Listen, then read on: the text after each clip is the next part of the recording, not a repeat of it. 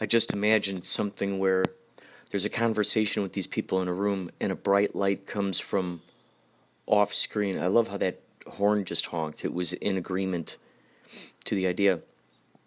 So bright light comes off stage and a person looks up at that bright light. They're looking at it, slightly entranced by it. It's sort of a natural thing. There's something interesting about it. Not necessarily... Like you could tell that when they're talking, they're aware of that light, and so you could kind of see that energy in their brains while they're having discussions. And then they, will periodically look at that light, but they're not talking about the light. They're not even talking about what that light is. So what's great is, let's say we weave that into a conversation. Perhaps there's a certain word, perhaps there's a certain sentiment, a certain color, maybe there's a specific concept, phrases, and then that light comes on. So maybe we mark when the light comes on, what word, and then bam, when it goes off, what word, and then we can actually stitch together a sentence throughout the whole movie. That would be fun. Stitch a whole sentence together. Intriguing. That would be fun. That would be fun. I'm imagining how you see in those movies. I think they did it in Austin Powers. It reminds me of that song like you'll fall down on your ask me a question. It's like that kind of thing. Go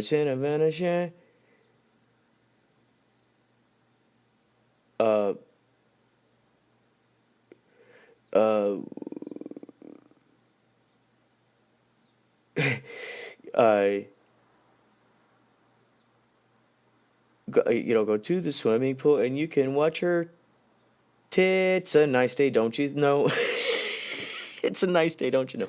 So anyway, you see what those words are that kind of blended in there. It kind of reminds me of that kind of thing where you can maybe I also want to incorporate split screens. I love that. Or quadruple screens too. Time Code is a phenomenal movie utilizing that. And I think a lot of improv possibly. Just brilliant. So you have the one person saying the one sentence, facing the one side of the direction, to the right, or stage left. And then the next person picks up what seems like their sentence or even the answer to that person's question on looking off to the left, stage right, but they're in a completely different location. It's a different thing. So we could do a lot of those little tricks, flipping them back and forth.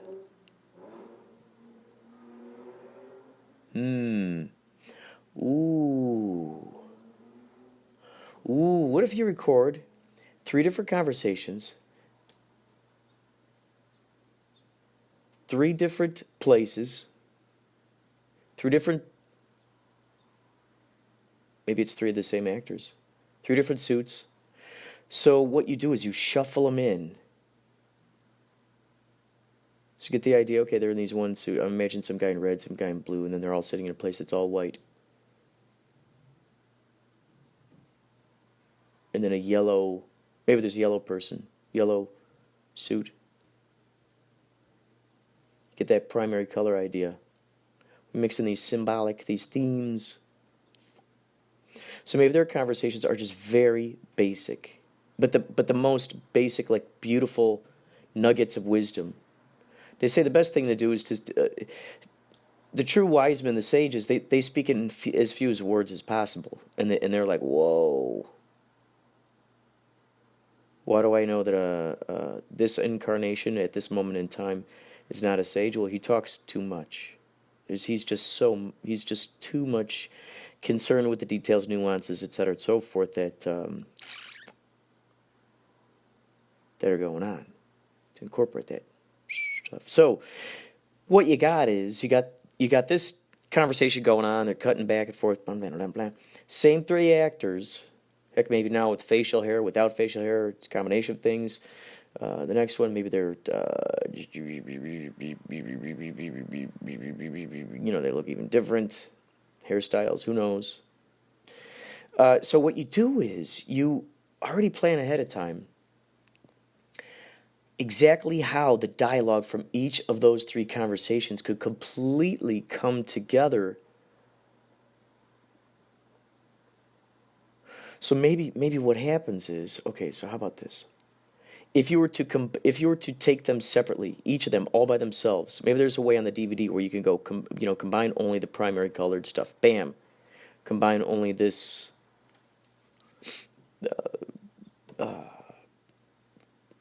Maybe they got like animal kind of bodies or something. Maybe that's another one. So you got the animal one. You got the one that looks like where they look like robotics or something. And maybe each of the conversations reflect each of those particular, maybe it's the elements. Maybe it's the elements. We don't tell the audience. Air, fire, water, earth. So each of them speak in those words that are close to those. You don't ever give it away. So their conversations kind of revolve around that, but you don't realize till you separate them. Because what happens is you're going to see this. Okay, the red, white, and yellow. They're talking, and all of a sudden, they're talking. Bam! This person asks a question. Bam! Cuts to the answer from this other person. So you shuffle it all together. What I'm imagining is that version that has all of them kind of shuffled in there together, where it actually still makes a concise film. That is, in a sense, could be an answer, because you're kind of going out of time with those things.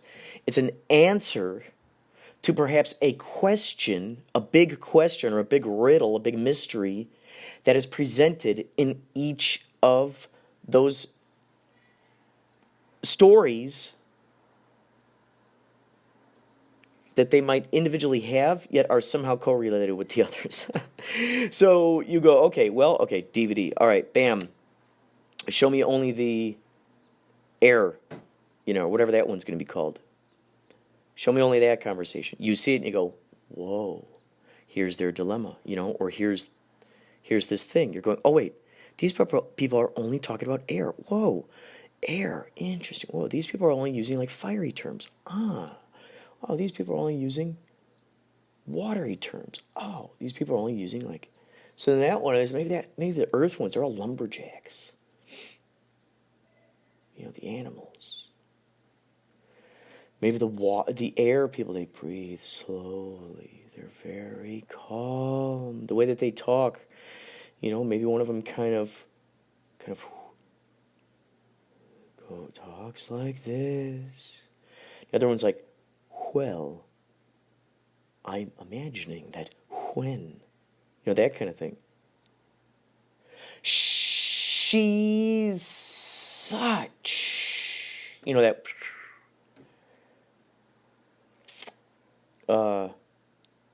So once you separate them, then you realize, oh my gosh. Maybe in each of those, they're talking about their relationship to humanity.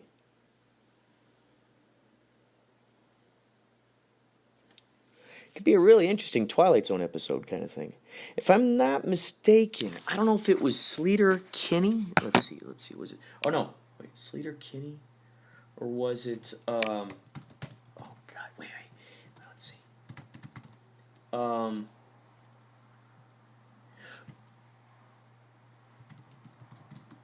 Pavement? No, let's see.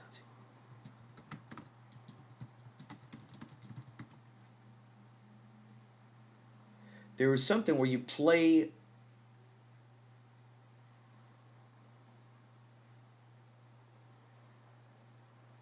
Okay, let's see.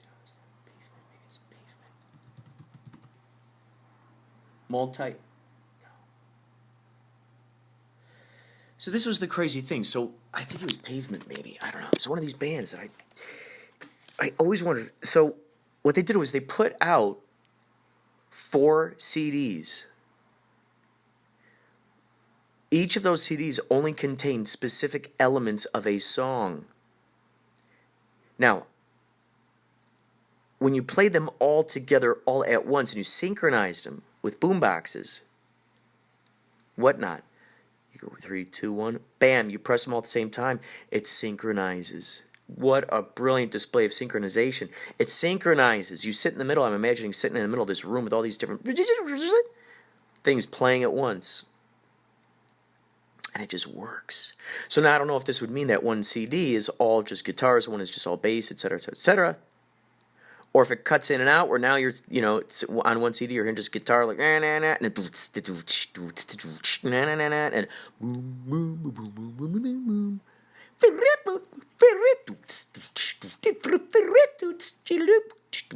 might be interesting. You play it all together, like, whoa, we solved a mystery. So, in the same kind of vein as that, that's what I'm imagining for this particular movie. I also thought, how cool it would be is if you get a movie, you get what do they call it? Double-sided glass? So, like they do in the interrogation rooms. So you look through the glass. You do all the filming. All the cameras can look through that glass, record. You could basically put it on like a play. So you have the whole thing rehearsed, everything. And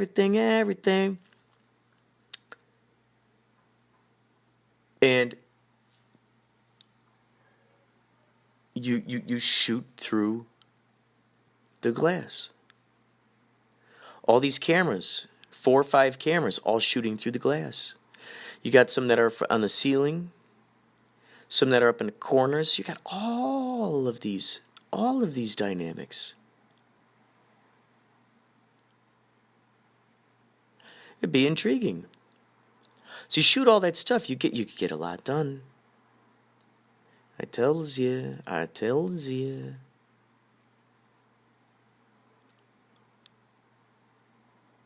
Now let's say if you tint the inside mirror with green, you could basically chroma key wherever you want around these people.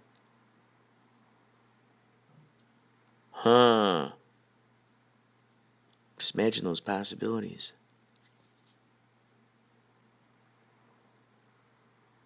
Wow.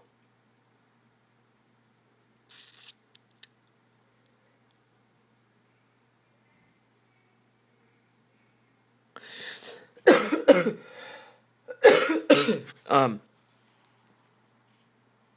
think what we're going to go to now is a very unique. Where this is, I believe, part 4 of the Different Strokes reunion. Forgotten Tales is leaving this for us. I think we've played 1, 2, 3 so far. So this is number 4, the Different Strokes reunion.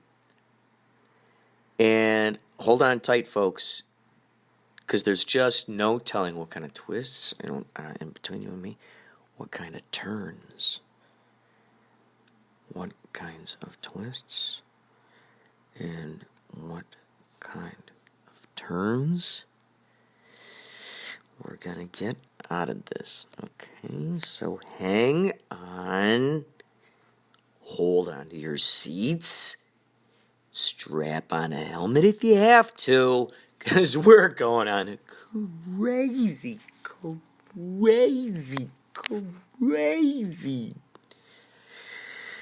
imagination of Forgotten Tales. Coming soon, possibly to a theater near you. Sam's only wish is to be reunited with his family once they meet his successful husband. Willis wears Sam's cowboy hat while he chews on their bones. Yada yada yada, Willis finds love and she straightens out his life. They bury the bodies in the rose garden and adopt/abduct down and out children from Koreatown. Comedy ensues. What do you think? Too soon?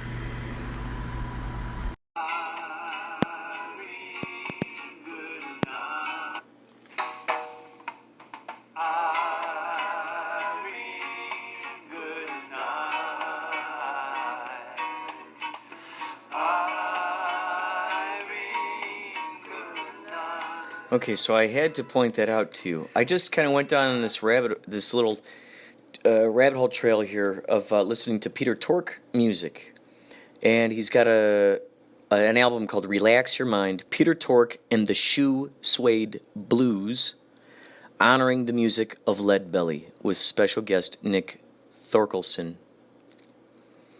So he's got a song here called "Goodnight Irene." I'm sitting right here next to a book called Goodnight Irene by James Scott Burnside. Many of you who've heard the past few episodes of podcasts, you'll notice that we had an extensive interview with James Scott Burnside, both inside the K-Chung Studios over the weekend with Jamie Lee on Monday with Jamie Lee Wise, talking about his book Goodnight Irene, a mystery. And then we hung out. You heard the podcast where we're hanging out, and he's talking about Scientology. We're driving near the Scientology building. And it was also in that episode where I put Leah Remini's little piece of account of what happened with her in Scientology. So it's quite intriguing that here Peter Tork has a song called Goodnight Irene. It makes so much sense. I'm going to open up to the page right now of Goodnight Irene that I've been reading. And I'm going to point out, let's see if there's a name Peter on this page. That would blow me away if there was.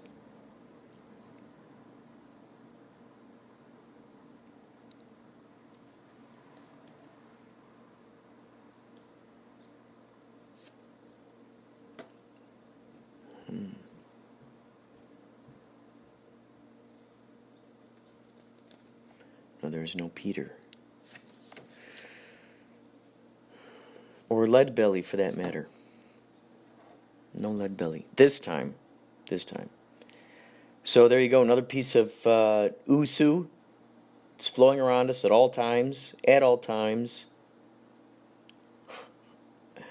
Intriguing.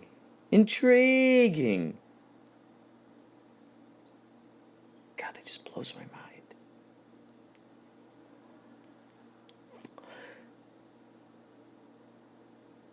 More later. Hi, it's Mickey Dolenz here. You're listening to Inspirado Projecto.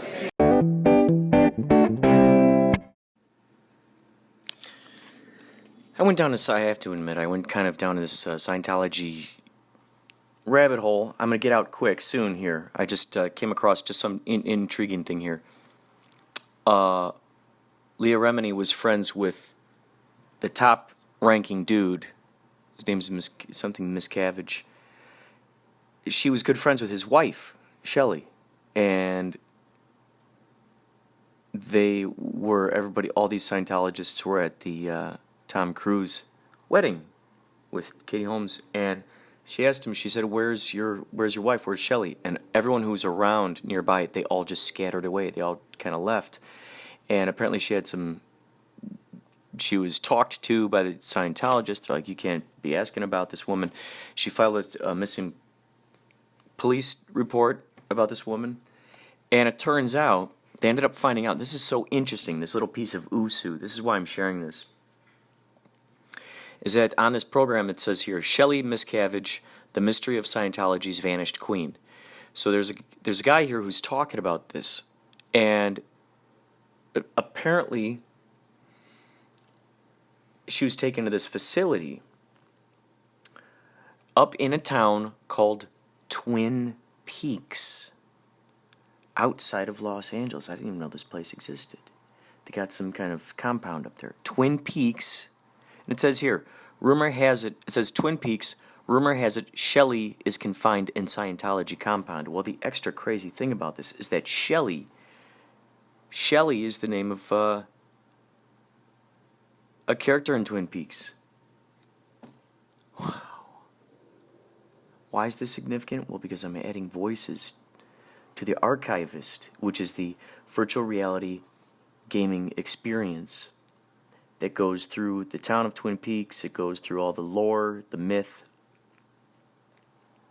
It goes through all the Twin Peaks stuff. Wow, this is nuts. It's nuts. Twin Peaks? Twin Peaks. David Lynch had to have traveled to Twin Peaks. You know what? That's all there is to it. I've got to go check out this Twin Peaks area. Not for the Scientology, but just to be out there to see what these woods are like. I wonder if they show any... I thought I saw a picture here of the outside of it. At what point do you willingly want to be where you are doing what you do? At what point have you been conditioned to the point where you can't imagine a different kind of life? And we'd love to know the answer to that from Shelley herself if we ever see her again. Some ex-Scientologists are painting a dark picture of the circumstances she might be living in.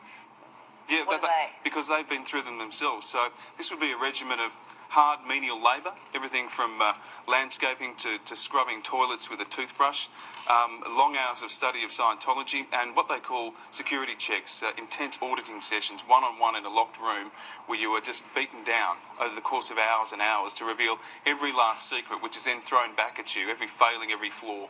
Why would she be there? What was the transition between being the First Lady of Scientology to... And she was the First Lady. So how did she get to this position? Well, that's a very good question. What we now know, this is new information from Tony Ortega, who's a journalist in New York, the author of the Underground. So this little piece is on The Morning Show. Very intriguing when you look at so many rabbit holes, right? So many rabbit holes to go down. And the remaining thing we got to ask ourselves, okay, what is valuable information? What's not valuable information? How does it make us feel? What are we feeding our bodies with? Anybody who's been listening to the podcast, you know what kind of information I've been putting in my brain. Is it something that's helpful? Is it something that's negative? Pessimistic? Terrible? Rotten? Horrific? Is it contributive? Does it contribute or contaminate? So that's something... to keep ourselves in check. Contribute or contaminate. Looking at our language, looking at our food, looking at our conversations, looking at our movies, TV, any media, any information anywhere. Any information anywhere. Maybe documenting. How does it make me feel? How does it make me feel? How does it make me feel? Is it empowering? So, knowing that stuff is out there, I'm sorry to hear that whoever's going through that stuff is going through that stuff.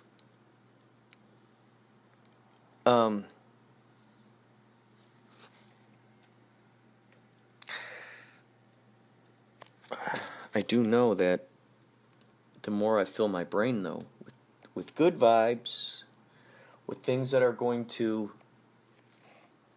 enhance my excitements. For instance, let's go down a rabbit hole with Neville Goddard. Let's go find him. Neville Goddard. Oh, imagination. That's what we want. All right. Let's do a little piece of this, okay? Here's what Neville Goddard has to say about imagination.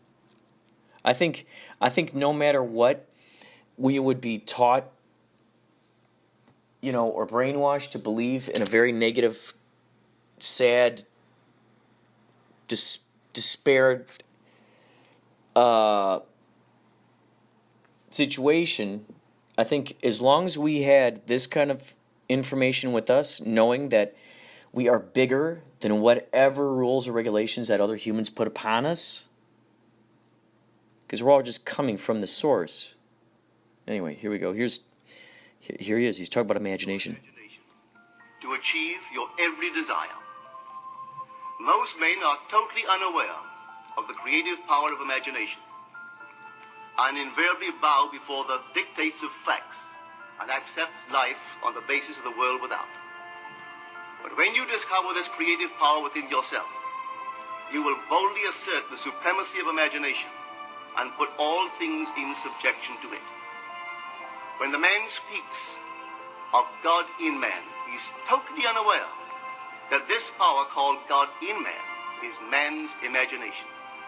This is the creative power in man. There is nothing under heaven that is not plastic as potter's clay to the touch of the shaping spirit of imagination. Once a man said to me, "You know, Neville, I love to listen to you talk about imagination. But as I do so, I invariably touch the chair with my fingers and push my feet into the rug, just to keep my sense of the reality and the profundity of things." Well, undoubtedly he is still touching the chair with his fingers and pushing his feet into the rug. But now let me tell you another one who didn't touch with her fingers and didn't push that foot of hers onto the board of the streetcar. It's the story of a young girl, just turned 17. It was Christmas Eve, and she is sad of heart. For that year, she had lost her father in an accident, and she's returning home to what seemed to be an empty house. She was untrained to do anything, so got herself a job as a waitress. This night is quite late, Christmas Eve. It's raining. The car is full of laughing boys and girls home for their Christmas vacation. And she couldn't conceal the tears. Luckily for her, as I said, it was raining. So she stuck her face into the heavens to mingle her tears with the rain. And then, holding the rail of the streetcar, this is what she did. She said, "This is not rain, but this is spray from the ocean. And this is not the salt of tears that I taste, but this is the salt of the sea in the wind. And this is not San Diego. This is a ship, and I'm coming into the Bay of Samoa." And there she felt the reality of all that she had imagined. Then came the end of the journey, and all are out. 10 days later, this girl received a letter from a firm in Chicago saying that her aunt, several years before, when she sailed for Europe, deposited with them $3,000 with instructions that if she did not return to America, this money should be paid to her niece. They had just received information of the aunt's death and were now acting upon her instructions. 1 month later, this girl sailed for Samoa. As she came into the bay, it was late that night, and there was salt of the sea in the wind. It wasn't raining, but there was spray in the air, and she actually felt what she felt 1 month before, only this time she had realized her objective. Now this whole record is technique.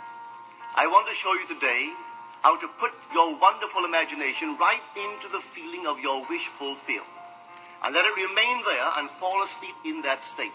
And I promise you from my own experience, you will realize the state in which you sleep if you could actually feel yourself right into the situation of your fulfilled desire and continue therein until you fall asleep. Wowzers. Neville Goddard. Isn't that guy awesome? This little video, they added some great music here. This is called Neville Goddard, How to Manifest Your Life Using Imagination. And the YouTube channel is You Are Creators. You Are Creators. How cool is that? So this Neville Goddard, you listen to his stuff, just great. He and Alan Watts I always quote about. Also Abraham. Also Dolores Cannon. These are all ideas, information, exciting knowledge that sparks my creativity and magnetizes more and more magical circumstances. I can directly point to these things and go, yeah, because it's all rattling around back there, all rattling around back there, all rattling around back there. Imagine if you got friends and you're talking about these these high concepts all the time. Then you're basically, you've mentally, it's like learning how to fence. You've learned how to be agile, zip your way around. Okay, that is all for Now, now, now, now. Here's your fun fact. A survey of 2,000 women by a British retail chain. These women were asked at what age women feel their sexiest. Well, that age is 34. Stay tuned to Inspirado Projecto for more fun facts.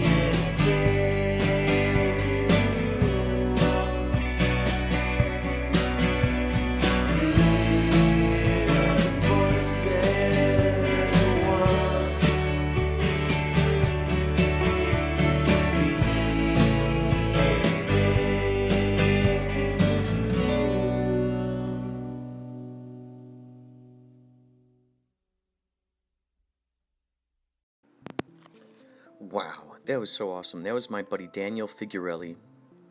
His song White Noise. He's so good at what he does. So good. He's so good. He and I used to jam all the time. We lived in the same apartment complex.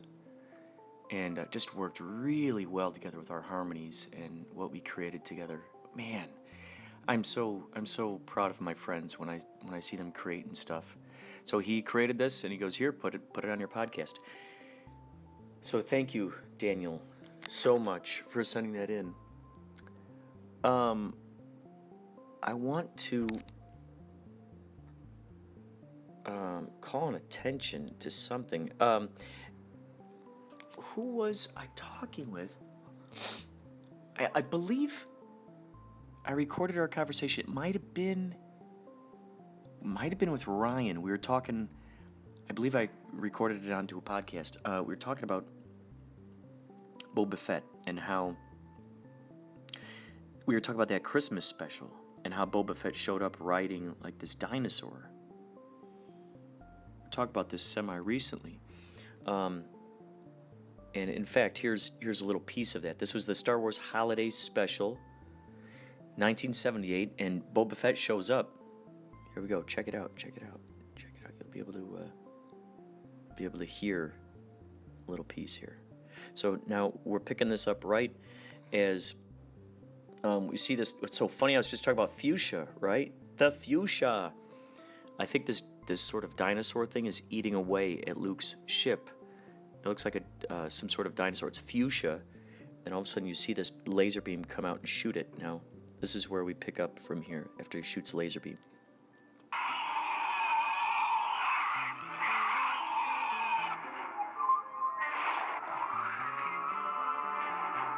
What is it, Master Luke? I'm not sure.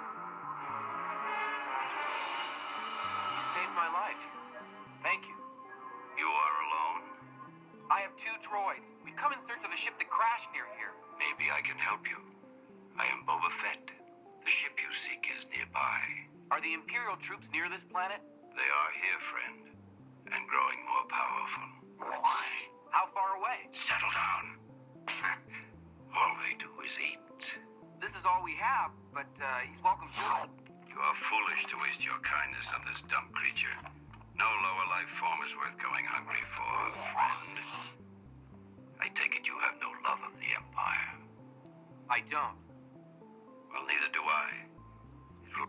So what's so interesting about this Boba Fett, he's got what looks like a third eye drawn onto his helmet.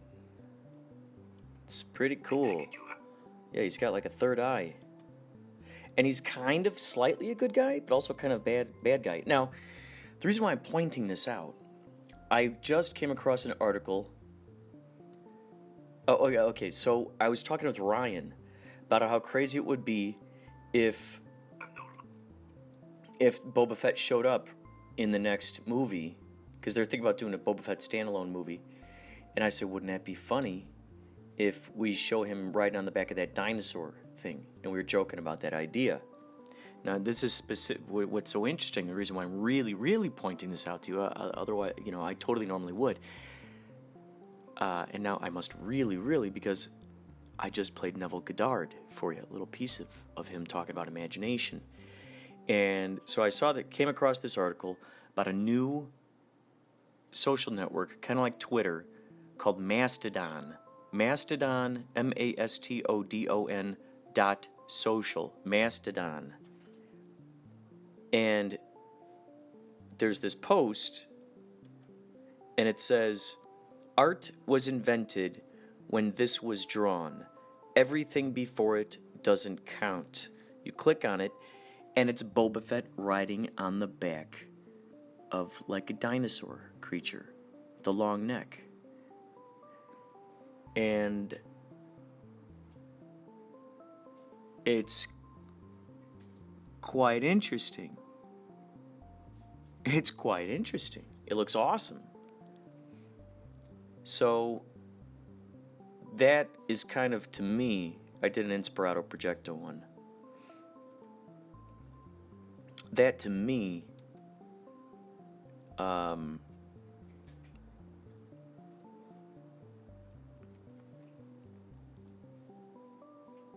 it was a message to me that, okay, this is good. You got a new Twitter, a new social account, social networking account. If I started the ground up, basically, on a Wild West, it could work really well. Let's see if I can link this up with my Anchor account somehow, so I can put up all the podcasts will be up here. So yes, I had to point that out to you. So keep that in mind. Thank you, everyone, for tuning into the Inspirado Projecto. This is I, Mr. Touretteski. Is the pussy taste better in the fuchsia? Bulls on parade. Bulls on parade.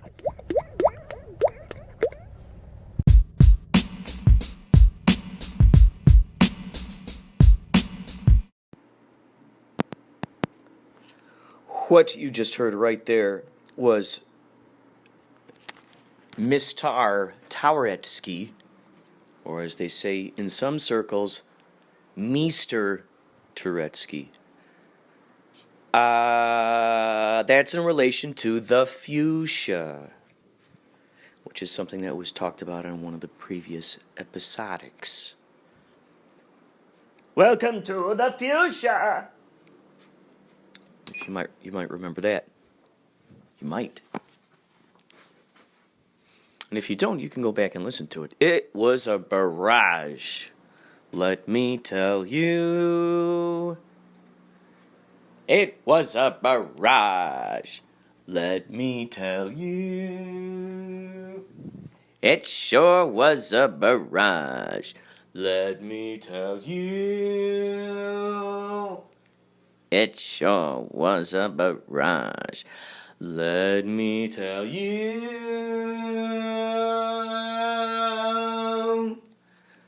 It sure was a barrage. Let me tell you.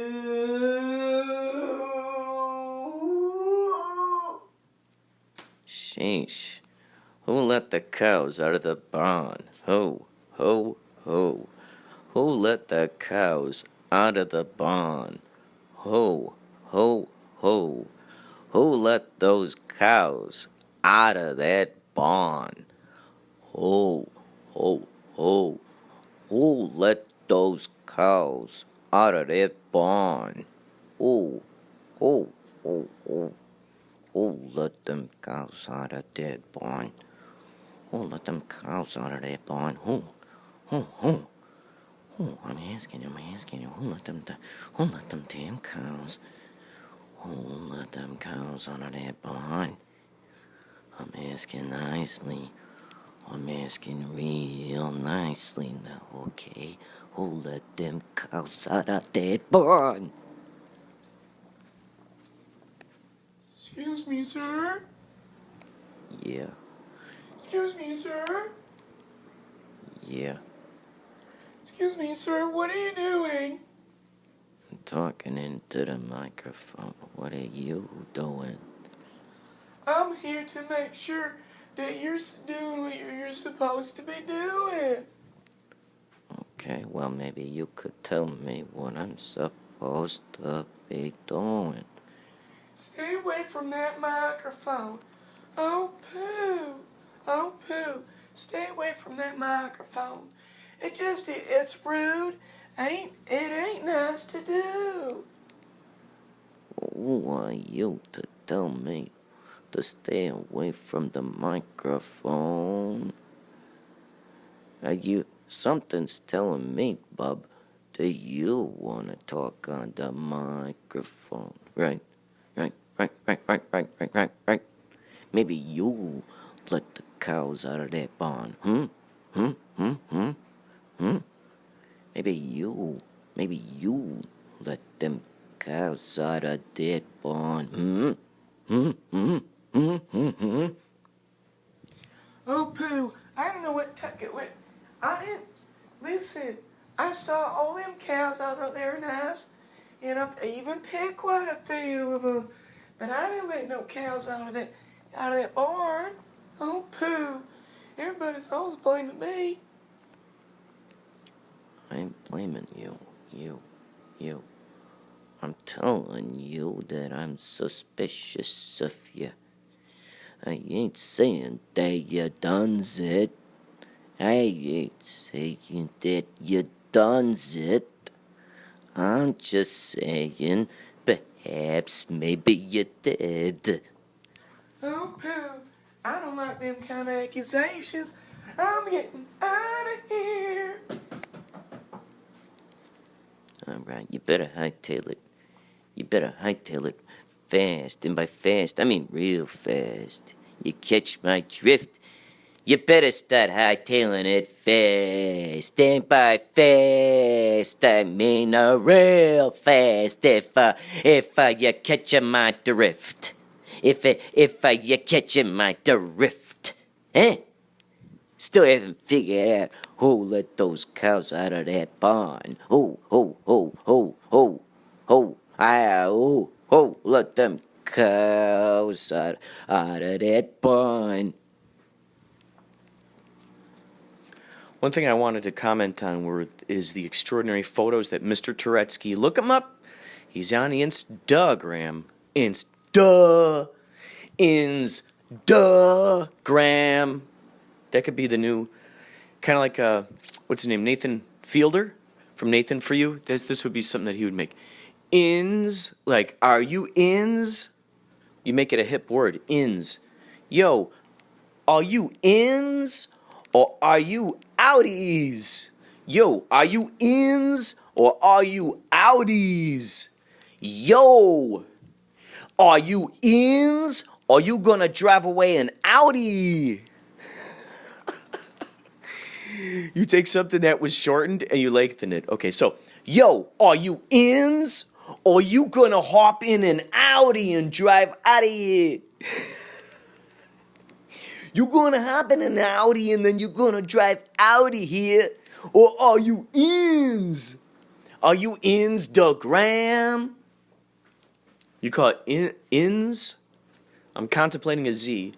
Inzduh. Like you're in the, it's like being in the house. Inzduh. Or if you want to go the other route, DUH. Like, duh. Are you ins? Duh. Oh, that would be a good commercial, actually. Yo, are you ins? And that's how they tell one another who's got the ins. Graham? Maybe it's Graham. Or maybe you add an extra M. Gramm. That would be good too. Oh, yo. Are you ins? Duh.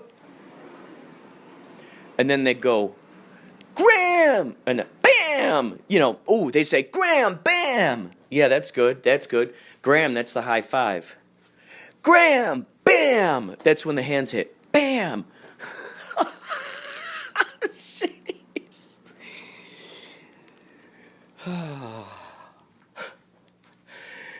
Oh,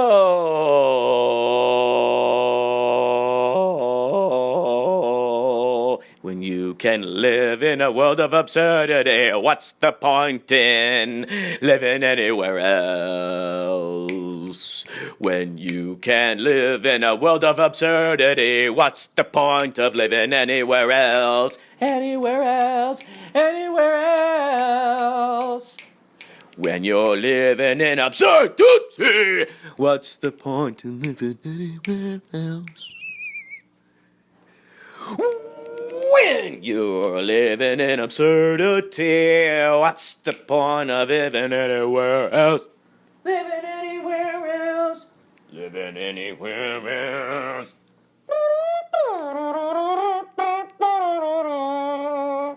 Ladies and gentlemen, Miles Davis on the trombone.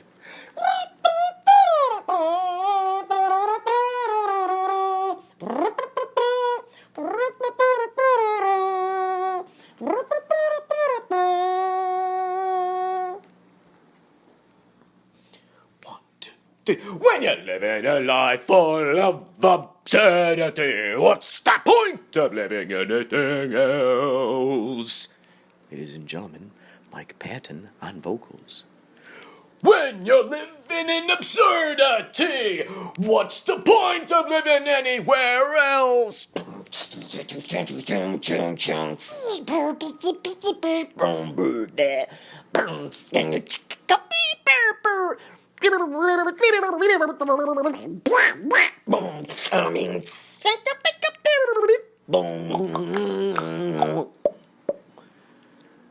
Also, unexpected guests, Mr. Bungle.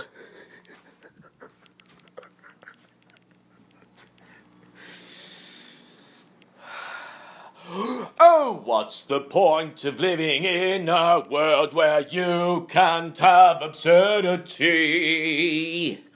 What's the point of living in a world where you can't have absurdity? And the demons of fright, and the crazy of night, and the man who walks through the street with a pumpkin in his hand, which is quite huge and quite grand. And he lives in a world of absurdity. And even though I have friends who live in other worlds, I won't let that deter me. 'Cause I will scream like I can, like a gingerbread man. 'Cause that's how I do things in my world. Thank you, Danny Elfman on vocals. Thank you so much for Monty Python for starting out that jam. Thank you, Mike Patton, for your vocals. Thank you, Mr. Bungle, for your vocals. Thank you to the non-official security guard. Oh, Pooh, I was just doing my job. Thank you to everyone who has stopped by. Check out Inzduhgramm.com, Inspirado Projecto. You can also,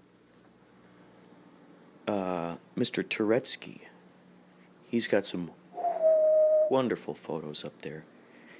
He's been creating some great yachtly crew concoctions, creations, and also making some really cool ones with me and my cat, my friend, my collaborator, my confederate, Dr. Gonzo. Dr. Gonzo, Dr. Gonzo, he's a cat, look at that, Dr. Gonzo, Dr. Gonzo, he's a cat, and he sometimes wears a hat, Dr. Gonzo. I was just thinking, Doctor Who, there hasn't really been a doctor who wears a hat. Nope. Scratch it, reverse it. Matt Smith wore his tiki. There we go. There we go. There we go. There we go. There we go. There we go. I'm imagining a top hat. Did we do that yet? Or the Newsies. Hello, sir. Would you like a newspaper? Would you like to read about what's in the papers? I'm thinking that maybe you want to read about what's in the papers today. One of those guys. Did I ever tell you about my idea for a tribute band? Called, and it's a bunch of kids. Or it could be a bunch of little people. But I'm imagining kids. Or little people. Both. Both, really. That's the solution. You add them both together. It's called Huey, Louie, and the Newsies. And they're a Huey Lewis tribute band. And it's a bunch of kids and little people. They're all kids. And that's their novelty. They'll dress up like that. Like newspapers. They'll talk in that accent. And once they start singing, They could be an a cappella group, They could also have instruments. Who knows? What if it was like a cappella mixed with the good old fashioned, like the the jugs, the washboard, the jaw harp, the cigar box guitar. That could be cool. Any other slide whistle? Oh God, slide whistle. Oh, the castanet. They got the two kinds. One, the cymbals, the and then the other, like little. Maybe one of them's got the tambourine, one of them's got maracas. I'm imagining more like handmade things. Buckets. There we go. Those are the drums right there. The buckets. Like you see on Hollywood Boulevard. That's good. It could be like Stomp. Oh, jeez. Don't get me started.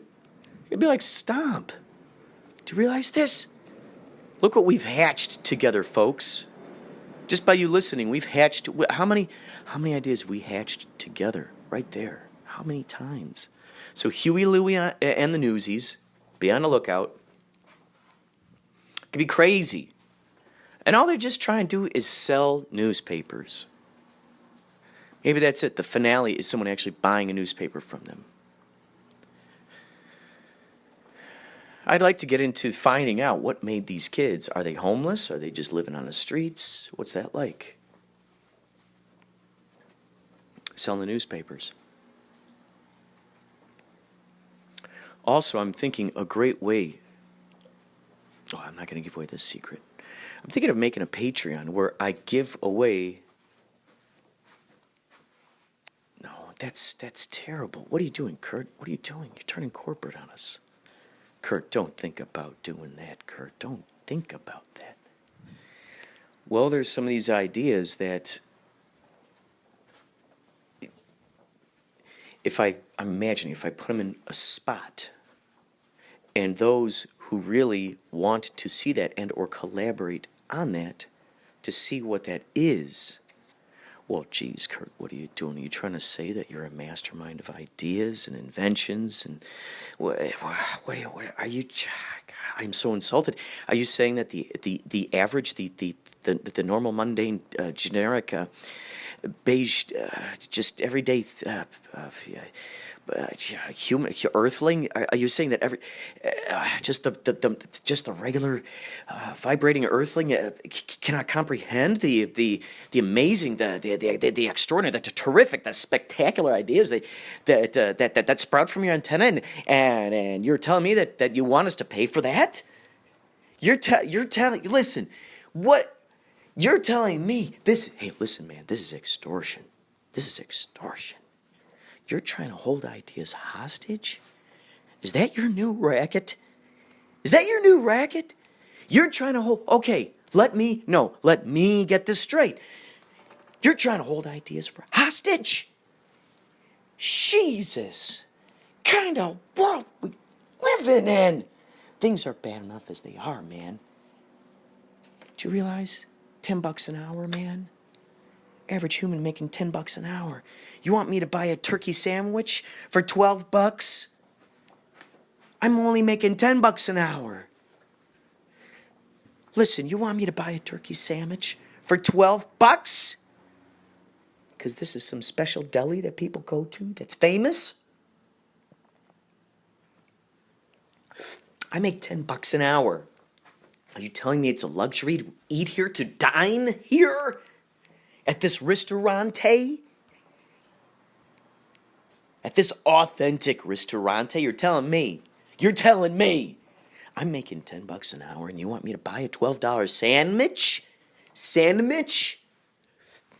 Hey, Mitch. Great sandwich. Hey, Mitch. You're trying to make me pay $12 for the sandwich, Mitch? Oh, God. You're getting my gears grinding, buddy. You're getting my gears grinding, man. You're grinding them up, man. Here, take these peanuts, put in that grinder, While you're at it, make me some peanut butter. Make something good out of this, will you please? $12 for a sandwich, Mitch? Oh, I'm making $10 an hour. Maybe 8 if I'm lucky after taxes, after my 401k. $8. That's 2 hours of work I gotta put in to eat the sandwich, Mitch. You know what I'm gonna do with this mumbo jumbo gumbo jambalaya goulash? You know what I'm gonna do with it? I'm gonna take that peanut butter. Thank you very much. Thank you, by the way, for grinding up those peanuts. And I'm going to take this peanut butter, I'm going to put it on 2 slices of bread, and I'm going to eat that instead, Mitch. Instead of eating your sandwich, Mitch, putting it on this bread, I'm going to eat that up, man. There ain't no stopping me, buddy. Ain't no stopping me. I could buy a whole loaf of bread for $12, Mitch. Wait, I could buy 3, 4, I could buy six loaves of bread with that, Mitch. And you want me to eat one damn sandwich for $12, Mitch? Jeez. How dare you try to make a Patreon? How dare you covet those ideas, those $1 million, billion, gazillion, jillion ideas? How dare you do it to me and this community, to Mother Earth? To Mother Earth. Look what you're doing to Mother Earth. Stepping all over her graces. Stepping all over her faces. Jesus. Leaving all the traces. What are all the bases? Might as well squirt me in the eye with maces. Sheesh McFeashington and Associates.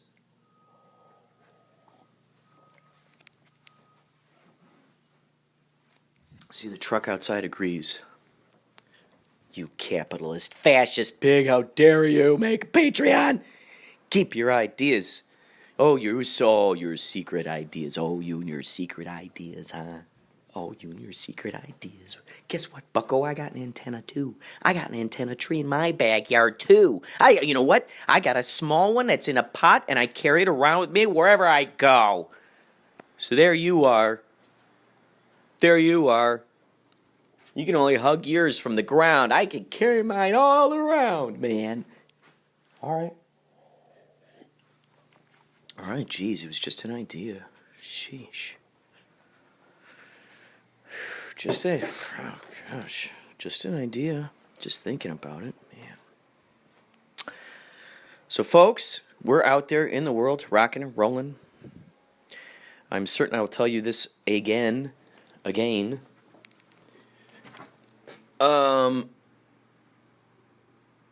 However, Kapow Intergalactic Film Festival, it's coming up September 28th through October 4th. I might actually make a commercial for it. A minute long commercial that I can put on Instagram. I'm going to start uploading more little giblets from this program to Instagram. Are you ins? Duh. Graham, bam! So I'm going to put up a lot of these 1-minute promos for this podcast. It's the bridge. It's the bridge that bridges the peoples with the other peoples. And it's the bridge that they walk on together. And they meet each other. Sometimes they fish off this bridge. Because if you feed this guy a fish, and then he learns how to do this thing, you will never have to feed that man again. Because he'll be making his own fish. This guy with the fishing pole, he'll be making his own fish. So that's the bridge. There it is. Bridge, what's the bridge, Ridge? Yo, this is Ice-T. What's the bridge, Ridge? Yo, consider this a very special PSA, and by PSA, I mean public service awesomeness.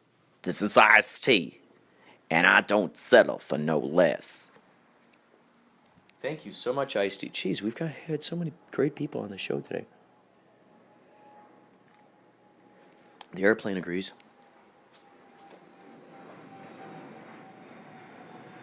The airplane agrees. I'm going to look out at these trees. I'm going to do it right now. I'm going to have you with me while I do this. We're going to look out at these trees, and we're going to start cooperating with them. We're going to make agreements with Mother Nature right now. We're going to see which ones. Okay, let's see. Antenna tree. Antenna tree, I'm looking at you. I'm looking at you, my friend. Hi, antenna tree. Hi, antenna tree. I see you moving. I see you moving a little bit. I see you. I see you. Are you waking up? You waking up? I see you back there. I see you moving too. You're starting to wiggle. You're starting to wiggle. The truck agrees. I see you over there too on the right side. Look at, you're moving now too. You're moving. And you back there. I do not think that I do not see you. Then you in the front, you're starting to move more, aren't you? Look at you. Instead of like twiddling your fingertips, you're now moving your hand. You back there, I see you. I see you. Look at. There's a butterfly that just now flew. A butterfly just now flew. It's moving. You guys are moving. I see you. Oh my God, you're wiggling your fingers now. I see you. I see you over there. I see you over there. You're moving your fingers. You're moving your fingers too. You're moving your fingers too. Ooh, I feel a breeze. Look at. I feel the breeze. I feel the breeze. I feel the breeze. Look at, there you guys go. You're moving. You guys are all moving, all of you. You guys are all moving right now. The airplane agrees. The helicopter agrees. Look at that. Interesting. Huh? Interesting dynamics about that. Interesting dynamics about that. Very interesting dynamics. Look at you guys. We got 1, 2, 3. 3 of you on there that look just like antennas. That's where you got your name from. You know it. I know it. The truck agrees. Wow. You guys. I see you waving back there. Did you hear that? That was a bird. Wings, loud wings. Folks, it just never stops. It never ends. Always affirming. Always affirming. We get in the habit of affirming all the high vibration stuff. What happens then is that becomes the frequency that we mainly operate on, and then more of it just keeps magnetizing itself to us. It magnetizes to us the information that we're giving it to magnetize. God,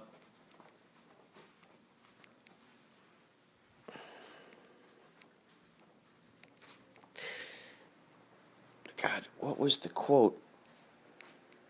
What was the quote? Oh, Neville Goddard was talking about this. He said our founding fathers, they didn't believe in the future. They made the future.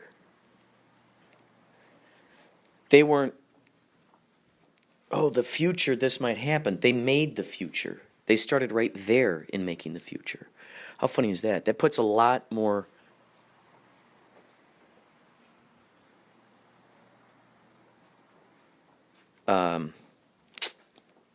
faith, I guess, bravery, courageousness, more of a grounded, centered, intentioned thing when you know that you are actually creating it. It's coming from you. The wake emerges from the boat buzzing through the water. The wake we see is the trail that's been created. So we're actively creating that trail all the time. So we're not like, oh, someday this will happen. This is that day.